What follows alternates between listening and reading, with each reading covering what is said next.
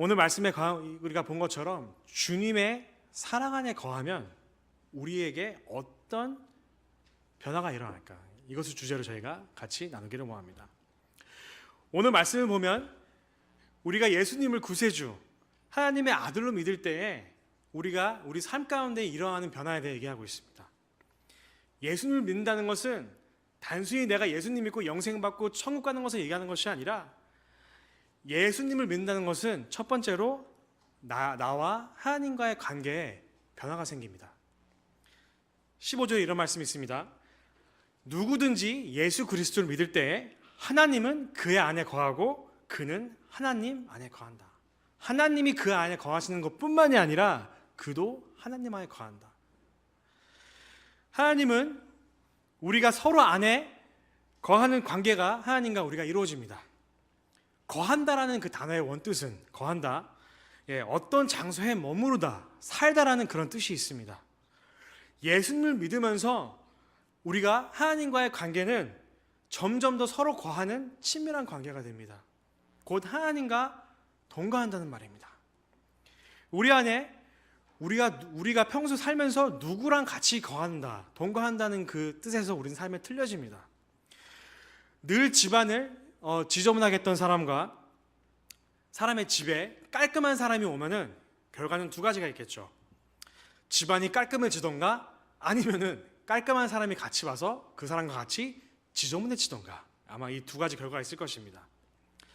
한 사람이 들어와 살아도 그 변화는 정말 대단합니다. 하나님이 우리와 함께 동거하시는데 그 변화는 일어나지 않을 수가 없습니다. 제가 보스턴에 온 지 딱 6년 되었는데 벌써 시간이 이렇게 오래 갔습니다. 2012년 8월 달에 제가 올라왔습니다. 아무 생각 없이 신학을 공부하러 올라왔습니다. 제 룸메이트들이 저랑 원래 친했던 사람들입니다. 제가 차연사역하면서 원래 알던 사람이었는데 그 친구들과 같이 살면서 느낀 것은 그 친구들은 오래전부터 이미 객지 생활을 했기 때문에 청소, 빨래 밥하는 거, 설거지, 쓰레기 청소하는 거, 그 모든 것들이 그 친구들은 이미 다 잘하는 친구들이었습니다. 저도 당연히 그 친구들과 살면서 제가 변했습니다. 제가 놀랐습니다. 아니, 그렇게 제가 하지 못했는데 이 친구들과 살면서 제가 점점 더 변해가는 것이었습니다. 마찬가지로 오늘 말씀을 통해서 하나님께서 우리 안에 거하신다는 그 참뜻을 우리가 서로 알 수 있고, 또한 하나님이 우리와 동거하실 때 우리에게 어떤 변화가 있는지 같이 우리가 말씀을 통해 나누기를 원합니다. 첫 번째 포인트죠. 하나님의 사랑이 우리 안에 거하면 우리가 하나님과 사랑하는 관계가 됩니다. 하나님이 우리 안에 계실 때 나타나는 변화는 우리가 하나님을 사랑한다는 그런 변화입니다. 16절에 이런 말씀이 있었죠. 하나님은 사랑이시라. 하나님이 사랑이신 하나님이 우리 안에 거하면 우리 안에 먼저 진정한 사랑이 이루어지게 됩니다.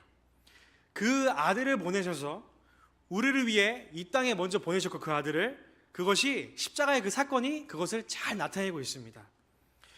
우리가 예수 그리스도 믿을 때 천국 가는 거, 이런 건 나중 문제고요. 제일 처음 들어오는 게 뭐라고요? 바로 하나님의 사랑이 예수 그리스도의 그 십자가 사랑을 통해 우리 안에 들어오게 됩니다.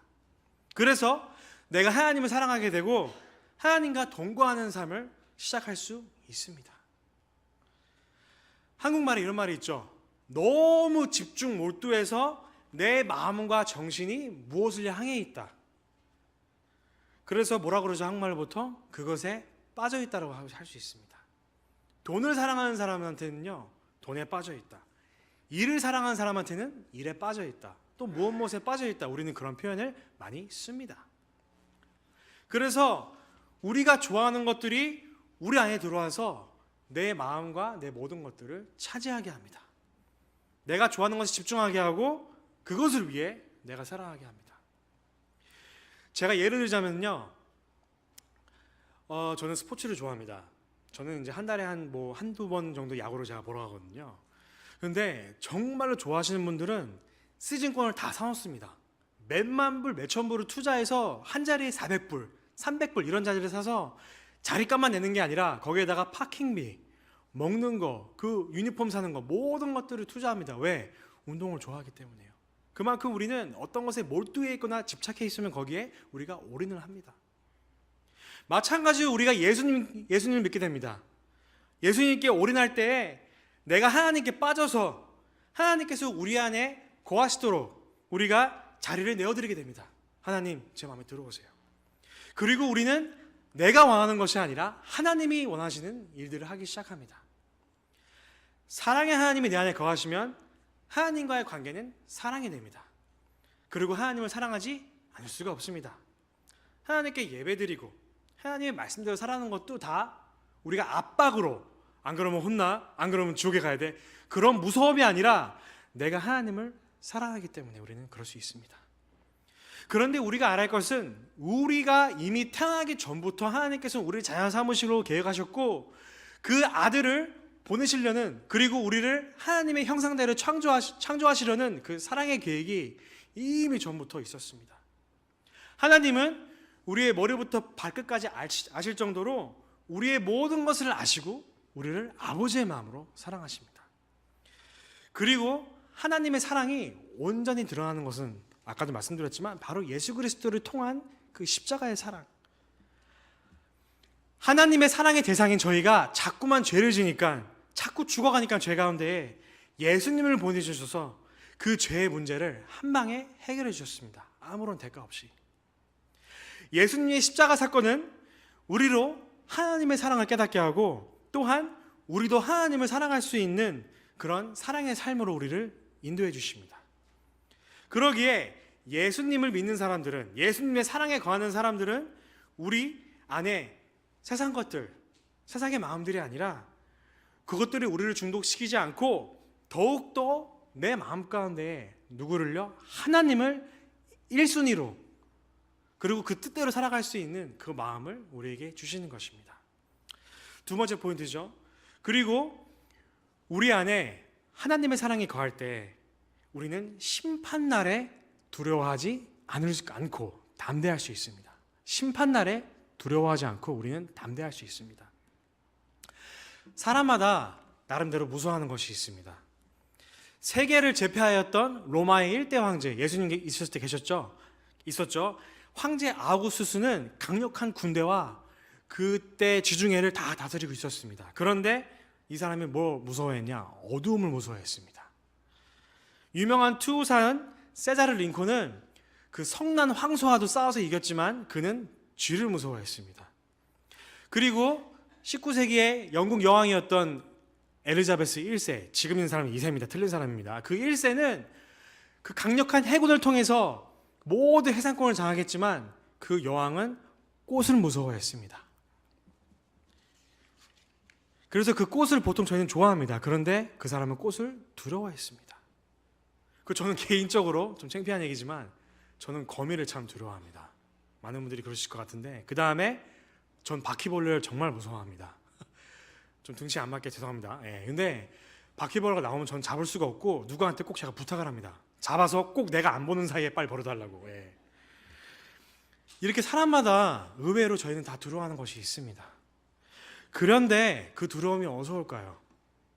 바퀴벌레가 참 조그맣니다. 저를 해칠 수는 없어요, 바퀴벌레가. 근데 그 무서워하는 것들이 나를 해칠까 봐 우리는 두려워하기 시작합니다. 하지만 반대로 생각해 봤었을 때 그 내가 무서워하는 것들, 두려워하는 것들이 나를 해치지 않고 나를 사랑한다.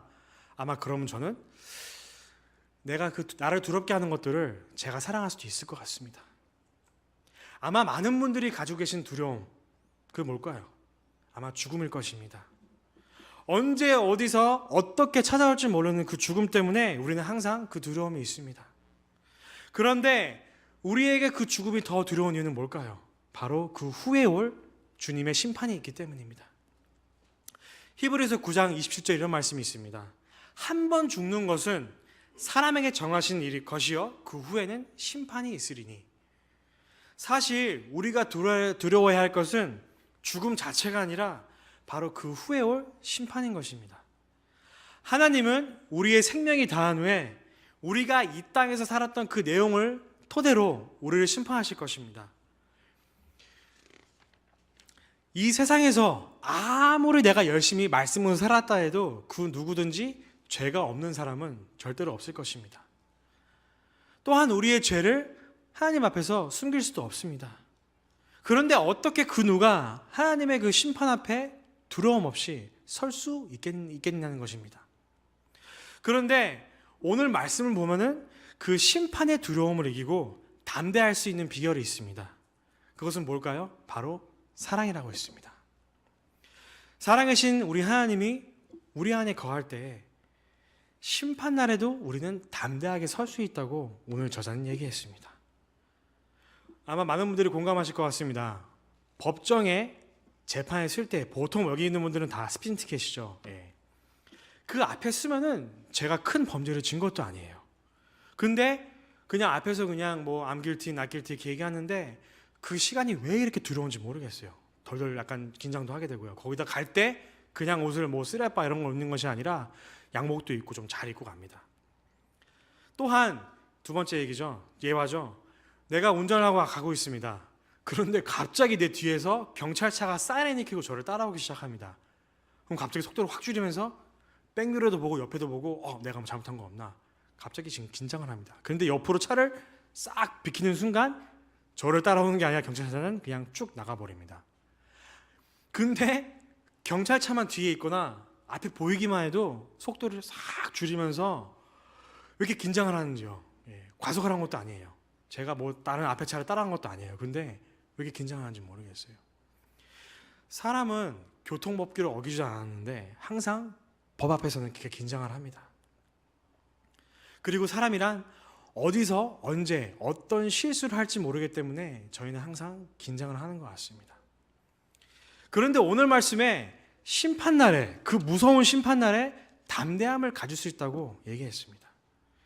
저희가 죄가 없어서가 아닙니다. 저희는 죄가 당연히 있습니다. 은혜가 필요한 사람들이죠.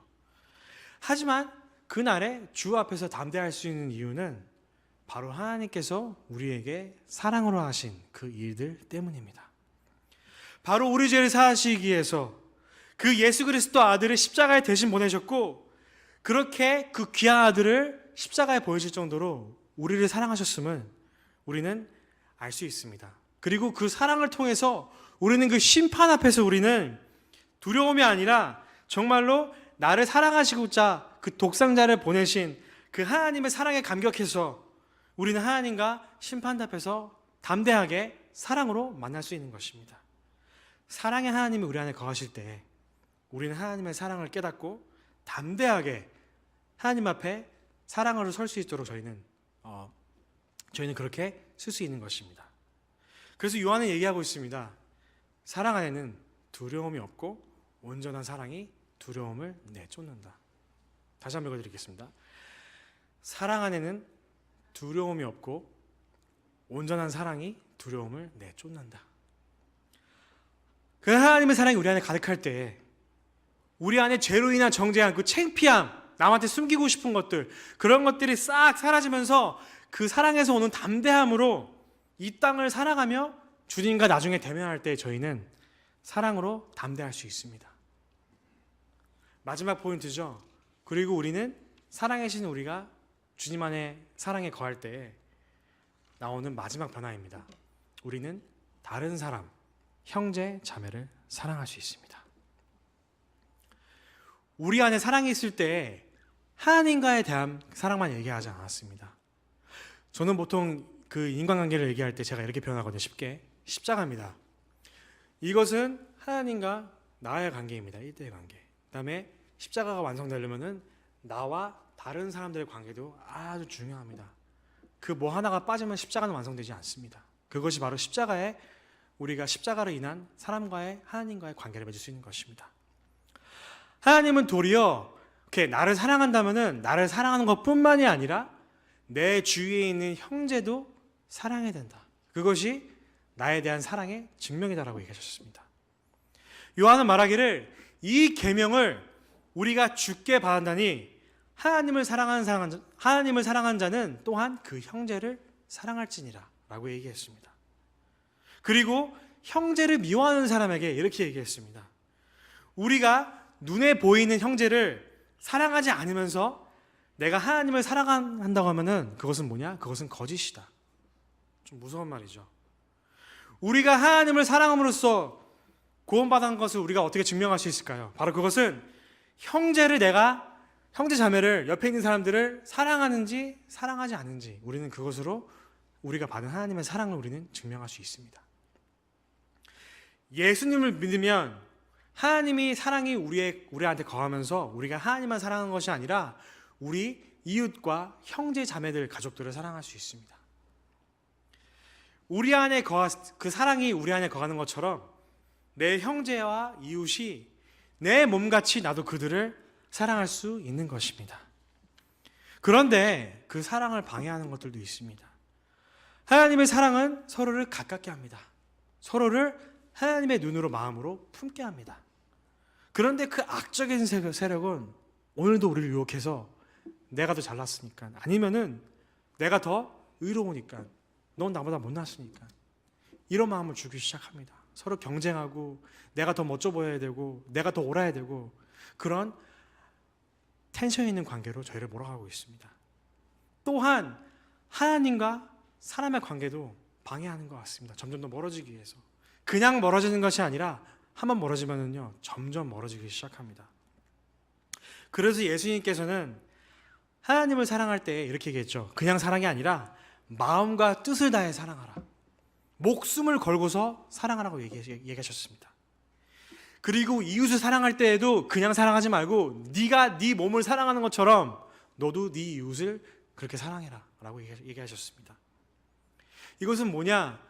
사람의 마음이 감정에 끌리는 대로, 기분 내키는 대로, 오늘은 비가 오니까 기분이 별로 좋지 않아, 난 그래서 오늘은 그냥 아무 말도 안 할 거야, 이런 것이 아니라 비가 오던 눈이 오던 눈보라가 치던 내 삶에 어떤 그런 변화가 있던 상관없이 항상 온전한 마음으로 내가 하나님을 사랑할 수 있고 옆에 있는 형제 자매를 사랑할 수 있다. 바로 그런 말씀을 오늘 요한은 얘기하고 있는 것입니다. 그리고 내 이웃을 사랑하는 것도 내 몸같이 하나님이 내 안에 거하셔서 하나가 된 것처럼 내가 이웃과 마음이 동해서 하나가 된 것으로 그렇게 사랑하라. 오늘 저자는 그렇게 얘기하고 있습니다. 말씀을 정리합니다. 하나님은 사랑이라 하셨습니다. 우리가 그런 얘기 많이 하죠. 사랑의 하나님이 진정하게 우리 안에 거할 때에, 내가 그것을 알고 느끼고 그렇게 살아갈 때에 내 가운데 뭐가 생긴다고요? 사랑이 생깁니다. 세상에서 얘기하는 그런 드라마, 그런 로맨스가 아니라요, 진정한 사랑은 하나님이 우리 안에 거하실 때 거기서 생기기 시작합니다. 하나님의 사랑이 우리 안에 있을 때에 하나님이 얼마나 우리를 사랑하셨는지 예수님의 십자가를 통해 우리는 알 수 있습니다. 나를 죄의 벌에서 자유케 하시고 그 아들을 돌아가게 하셔서 십자가의 대가를 치르게 하신 그 하나님의 사랑을 우리는 매 순간 깨달을 수 있습니다.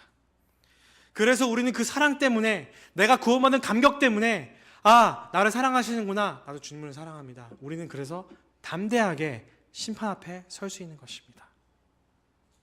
사랑하는 성도 여러분, 그리고 마지막으로 하나님이 우리 안에 거하시는 그 사랑을 우리는 다시 한번 확정할 수 있습니다. 그것은 무엇이냐? 하나님을 사랑하는 건 참 쉬운 것 같아요. 내 이웃을 사랑할 때 그 사랑의 증표가 확실히 나타납니다. 눈에 보이는 내 형제들과 이웃을 내가 섬기고 그들을 품어주고 그들을 사랑하고, 그렇게 우리가 그들을 섬기면서 우리는 눈에 보이지 않는 하나님에 대한 사랑을 우리는 다시 한번 확인할 수 있고 우리는 알 수 있습니다. 우리 사랑하는 중앙교회 성도 여러분, 저는 이렇게 항상 기도하겠습니다. 저와 여러분들이 항상 우리의 삶에서 여호와 하나님을 우리 삶의 자리에 항상 모시고 내 마음속에 두고 주님을 사랑하는 마음으로 내 몸을 사랑하는 것 같이 우리 이웃들을 사랑하시길 저는 기도하겠습니다. 주님의 사랑으로 인해 우리가 변화된 그 사랑으로 그 심판날에 우리는 담대하게 설 수 있습니다. 사랑하는 성도 여러분, 구원의 확증은 다른 것이 아닙니다. 다른 것이 아닙니다. 내가 주님을 사랑하고 내가 다른 사람들을 품어주고 사랑할 때 거기서 그 사랑의 구원의 확증이 나타난다고 오늘 말씀 얘기하고 있습니다. 저는 가게 되겠지만 앞으로 저는 이 교회를 위해 저는 열심히 기도하겠습니다. 목사님을 위해, 집사님, 성도님들을 위해, 청년들을 위해, 그리고 새로 오실 사역자를 위해 더욱더 저희 교회 가운데, 릭식교회 가운데에 주님을 향한 사랑과 우리 성도들 간에 또 이웃들 간에 항상 그런 풍성한 사랑이 있기를 기도하면서 오늘 말씀을 마무리하겠습니다. 다 같이 기도하시겠습니다.